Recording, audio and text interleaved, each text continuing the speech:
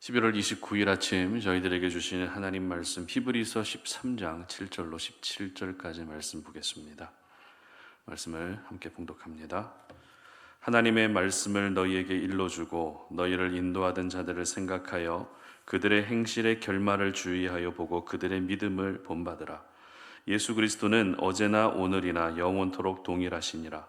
여러 가지 다른 교훈에 끌리지 말라. 마음은 은혜로서 굳게 함이 아름답고 음식으로서 할 것이 아니니 음식으로 말미암아 행한 자는 유익을 얻지 못하였느니라.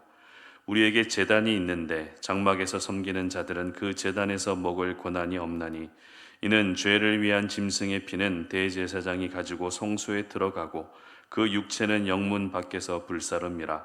그러므로 예수도 자기 피로써 백성을 거룩하게 하려고 성문 밖에서 고난을 받으셨느니라. 그런즉 우리도 그의 치욕을 짊어지고 영문 밖으로 그에게 나아가자. 우리가 여기에는 영구한 도성이 없으므로 장차 올 것을 찾나니 그러므로 우리는 예수로 말미암아 항상 찬송의 제사를 하나님께 드리자. 이는 그 이름을 증언하는 입술의 열매니라. 오직 선을 행함과 서로 나누어 주기를 잊지 말라. 하나님은 이 같은 제사를 기뻐하시느니라. 너희를 인도하는 자들에게 순종하고 복종하라. 그들은 너희 영혼을 위하여 경성하기를 자신들이 청산할 자인 것 같이 하느니라. 그들로 하여금 즐거움으로 이것을 하게 하고 근심으로 하게 하지 말라. 그렇지 않으면 너희에게 유익이 없느니라. 아멘.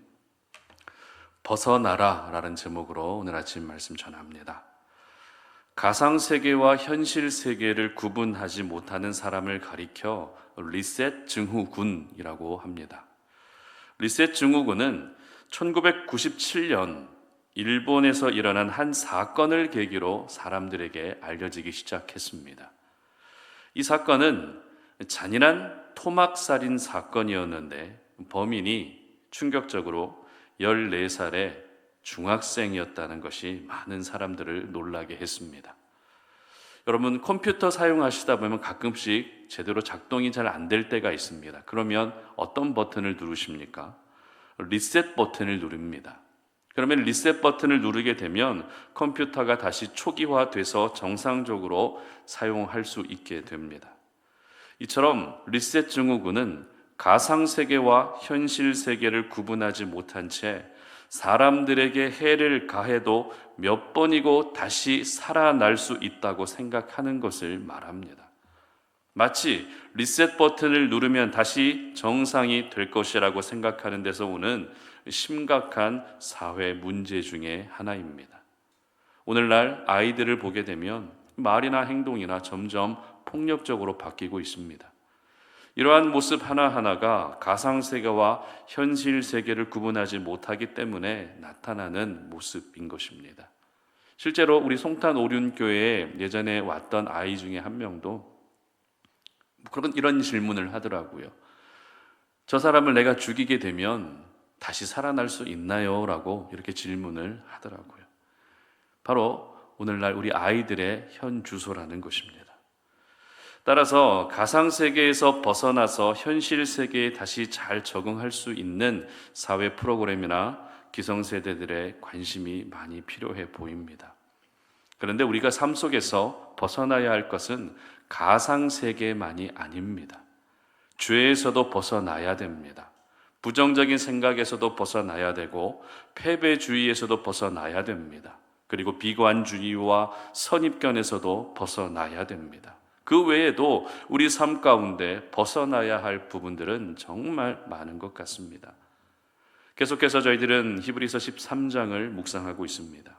어제 저희들은 예수 믿고 구원받은 그리스도인들의 일상에서의 삶에 대한 부분을 묵상했습니다. 그리고 이어지는 오늘 말씀에서는 어제와는 사뭇 다른 신앙적 부분에 대해서 기록하고 있습니다. 특별히 오늘 본문을 묵상하면서 저희들이 기억해야 할 것은 신앙생활 하면서도 우리가 반드시 벗어나야 할 부분이 있다는 것입니다. 그렇다면 어떤 부분에서 벗어나야 되는지 두 가지로 살펴보도록 하겠습니다. 첫 번째는 형식에서 벗어나야 합니다. 9절 말씀 함께 읽어보도록 합니다. 여러 가지 다른 교훈에 끌리지 말라. 마음은 은혜로서 굳게 함이 아름답고 음식으로서 할 것이 아니니 음식으로 말미암아 행한 자는 유익을 얻지 못하였느니라. 아멘. 자, 이 말씀을 보게 되면 우리의 마음을 굳게 하는 방법으로 어떤 것을 제시하고 있죠? 은혜로 우리의 마음을 굳게 할 수 있다고 기록하고 있습니다.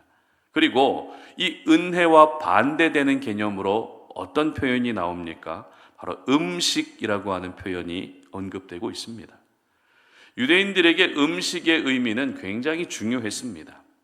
우리가 잘 알고 있는 것처럼 레위기에 기록된 말씀을 보게 되면 정한 짐승과 부정한 짐승으로 나누어지는 것부터 우리가 알 수가 있죠.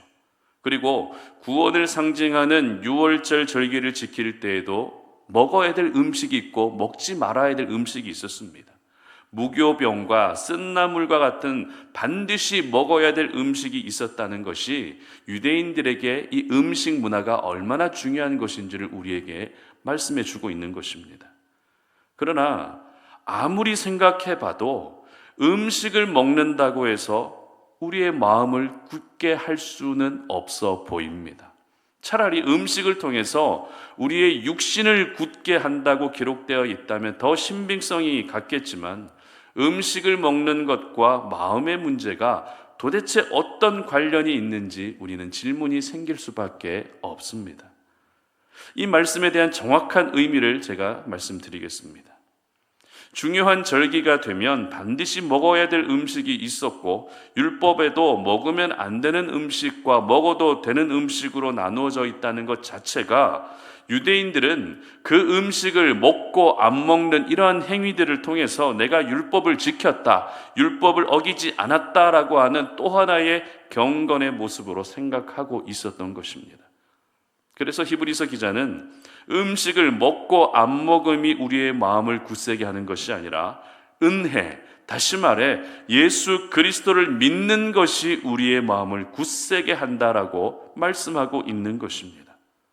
따라서 저희들은 이 말씀에서 음식을 먹고 안 먹음이라고 하는 율법에 매여 있는 유대인들의 형식주의를 발견할 수 있는 것입니다. 예수님 당시에 바리새인과 서기관을 비롯한 많은 유대인들, 종교 지도자들이 바로 이와 같은 형식주의에 빠져 있었던 것이죠. 여러분, 우리가 형식주의에서 벗어나지 못하면 그 형식이 또 하나의 진리로 여겨지고 맙니다. 우리가 형식에서 벗어나지 못하면 형식이 사람을 정죄하는 비판의 도구가 되고 마는 것입니다. 형식에 생명이 있는 것이 아니라 우리 예수님에게 생명이 있다는 것을 오늘 이 아침에 여러분 모두 기억하시기를 바랍니다. 그런데 이러한 형식주의가 오늘을 살아가는 저희들의 신앙 깊은 곳까지 뿌리를 내리고 있다는 것이죠. 예를 들어 볼까요? 예배를 드리는 순간에도 내가 예배를 드림으로써 하나님과 깊은 1대1의 만남을 사모하는 것이 아니라 주일날 교회에 와서 예배를 드렸다는 그 자체, 내가 주일날 교회에 와서 어떤 봉사를 했다는 그 자체로 나는 잘하고 있다, 나는 경건하다, 나는 믿음이 좋다라고 여기는 것이 대표적인 형식주의의 모습입니다. 그리고 기도할 때는 1시간이면 1시간, 2시간이면 2시간, 그 시간을 채웠다는 것으로 나는 스스로 기도의 사람이라고 자부하는 것 역시 형식주의의 대표적인 모습이라는 것입니다. 따라서 우리가 형식주의에서 벗어나지 못하게 되면 신앙생활 하면서도 자기의만 중요하게 여기게 되는 것입니다.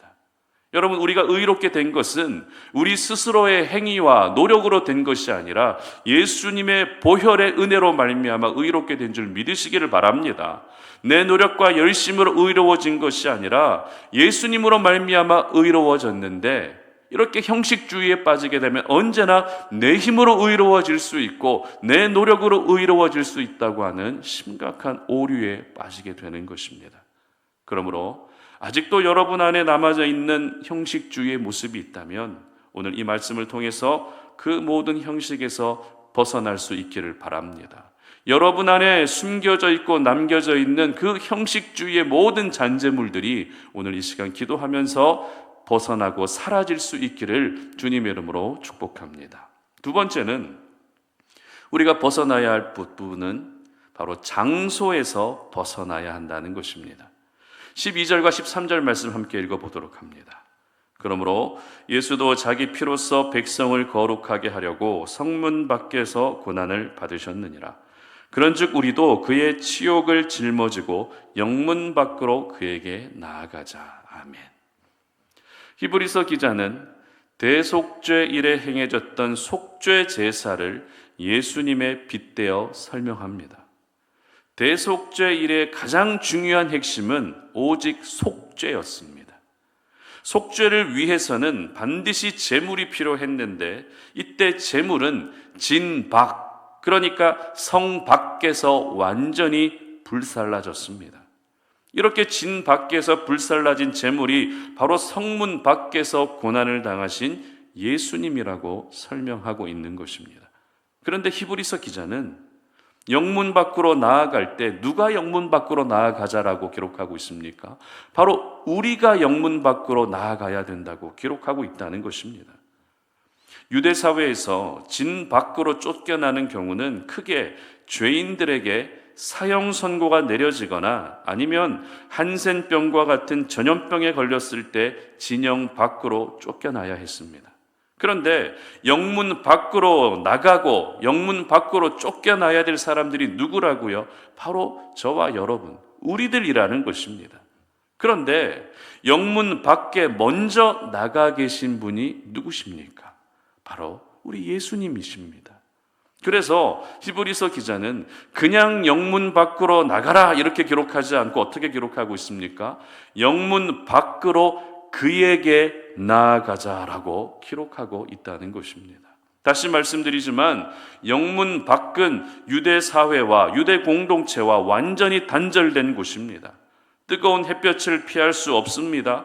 차가운 밤 공기도 피할 수 없는 최악의 장소입니다. 사람들이 거들떠 보지도 않고 관심도 가져주지 않는 그러한 너무나도 적막한 곳이 바로 영문 밖입니다. 그럼에도 불구하고 우리가 영문 밖으로 나아가야 한다는 것입니다. 여기서 우리가 알 수 있는 중요한 사실은 예수님이 계시지 않는다면 아무리 성 안이라 할지라도 의미가 없다는 것이죠.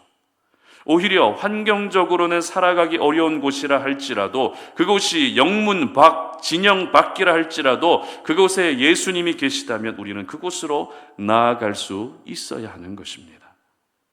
사람들은 누구나 장소를 중요하게 생각하는 경향이 있습니다. 그래서 믿지 않는 사람들은 어떻습니까? 풍수지리를 절대적 진리처럼 여기기도 합니다. 그리고 무언가 아늑한 장소라면 편안함을 느끼지만 그렇지 않은 경우에는 빨리 그 장소를 옮기고 싶어 합니다. 그러나 여러분, 내가 어떤 장소에 있는지가 중요한 것이 아닙니다. 내가 있는 곳이 어디든지 간에 그곳에 예수님이 계시다면 그곳에서 우리는 진정한 안식과 평안을 누릴 수 있는 것입니다. 그러므로 내가 80평, 100평 집에 살고 싶다는 생각보다도 작은 집이라 할지라도 그곳에 예수님이 함께 거하시기를 사모할 수 있었으면 좋겠습니다. 교회에 와서 드리는 예배만 하나님이 받아주시는 것이 아니라 장소를 떠나서 여러분들이 살아가시는 모든 삶의 자리에서 오늘 15절에서 기록하고 있는 찬양의 제사를 마음껏 올려드릴 수 있었으면 좋겠습니다. 그래서 이제는 장소의 고정관념에서 벗어나셔서 시간과 공간을 초월하여 일하시는 하나님을 더 많이 경험하시고 언제나 우리 주님이 계시는 영문 밖으로 나아갈 수 있었으면 좋겠습니다. 오늘 하루 여러분 형식에서 벗어나시고 장소에서도 벗어나셔서 벗어날 때 주어지는 은혜가 있으시기를 주님의 이름으로 축복합니다. 함께 기도하겠습니다. 하나님 감사합니다. 오늘도 우리가 하나님의 거룩한 말씀을 붙들고 오늘 이 하루를 시작합니다. 이 세상이 온통 하얗게 바뀌었습니다. 너무 많은 눈이 내려서 그로 인한 피해를 입은 분들도 계시고 우리의 일상이 무너지고 중단된 분들도 계십니다. 그러나 하나님, 오늘 이 시간 하나님께서 우리에게 주신 그 생명의 말씀을 붙들고 내가 벗어나야 할 것이 무엇인지를 한번 진지하게 돌아봅니다. 내 안에 아직도 뿌리 깊게 남겨져 있는 형식주의가 무엇입니까? 그리고 나는 장소라고 하는 그 개념에 사로잡혀서 그 장소에 가야만 평안을 누리고 있는 그런 모습은 혹시 있지는 않습니까? 오늘 이 시간 하나님의 거룩한 말씀 앞에 형식에서 벗어나게 하시고 장소에서도 벗어나게 하여 주셔서 우리 살아가는 송탄 오륜의 모든 지체들이 오늘 하루 하나님께서 부어주시는 모든 은혜들, 많은 은혜들을 우리가 살아가는 모든 삶의 현장에서 더 많이 경험할 수 있는 은혜의 시간이 될 수 있도록 도와주시옵소서. 감사드리며 예수님의 이름으로 기도드립니다. 아멘.